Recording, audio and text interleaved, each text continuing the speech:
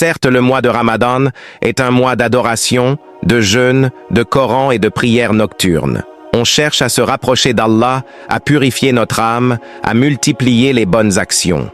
Cependant, il y a un sujet qu'on oublie souvent, pourtant il est crucial. Ta femme a toujours besoin de toi, même pendant le Ramadan. Oui, émotionnellement, physiquement et intimement. Après une longue journée de jeûne, d'adoration et de tarawih, on rentre souvent épuisé.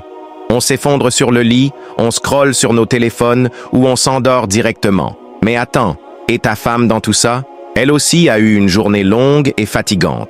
Entre les enfants, la maison, le travail, le jeûne, elle a tout donné. Et quand la nuit tombe, elle a besoin de toi. Pas seulement pour parler, mais aussi pour cette proximité qui renforce le couple. Ce n'est pas un sujet tabou. Bien au contraire, Allah en parle clairement dans le Coran. Il vous est permis, la nuit du jeûne, d'avoir des rapports avec vos épouses. Elles sont un vêtement pour vous et vous êtes un vêtement pour elles. Subhanallah, ce mot libas, vêtement, c'est profond. Ça veut dire protection, réconfort, chaleur, amour. Ta femme, ce n'est pas juste celle qui cuisine, nettoie et s'occupe des enfants. C'est une femme avant tout, avec des désirs, des besoins, une envie d'être aimée et désirée. Ne la néglige pas sous prétexte que tu es occupé par l'adoration. Regarde le prophète, le modèle parfait. Il était l'homme le plus spirituel, le plus proche d'Allah, et pourtant, il n'a jamais délaissé ses épouses. Il leur donnait du temps, de l'amour, et chacun recevait son droit. L'intimité, ce n'est ni sale, ni honteux. Le prophète a même dit, « Dans l'union de l'un d'entre vous avec son épouse, il y a une aumône. C'est une adoration, si elle est faite avec la bonne intention. Renforcer son mariage, se protéger de la fitna et combler son épouse. » Certains frères passent des heures à la mosquée, reviennent tard et ignorent totalement leur femme.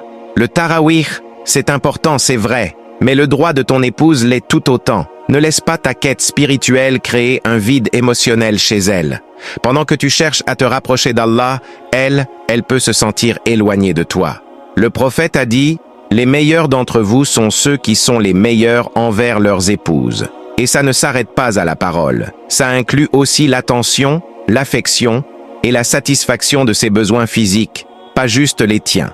Alors, mes frères, après le tarawih, après la lecture du Coran, après les invocations, prends un moment pour ta femme. Écoute-la, serre-la dans tes bras, sois doux avec elle. L'intimité n'est pas seulement permise pendant Ramadan, elle est encouragée tant qu'elle respecte le cadre halal.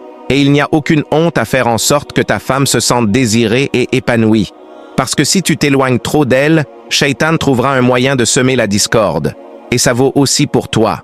Protège ton mariage, renforce votre lien, adorez Allah ensemble et honorez vos droits mutuels avec amour, miséricorde et tendresse. Qu'Allah accepte notre jeûne, nous pardonne et nous accorde les bienfaits de Laylatul Qadr. Amin.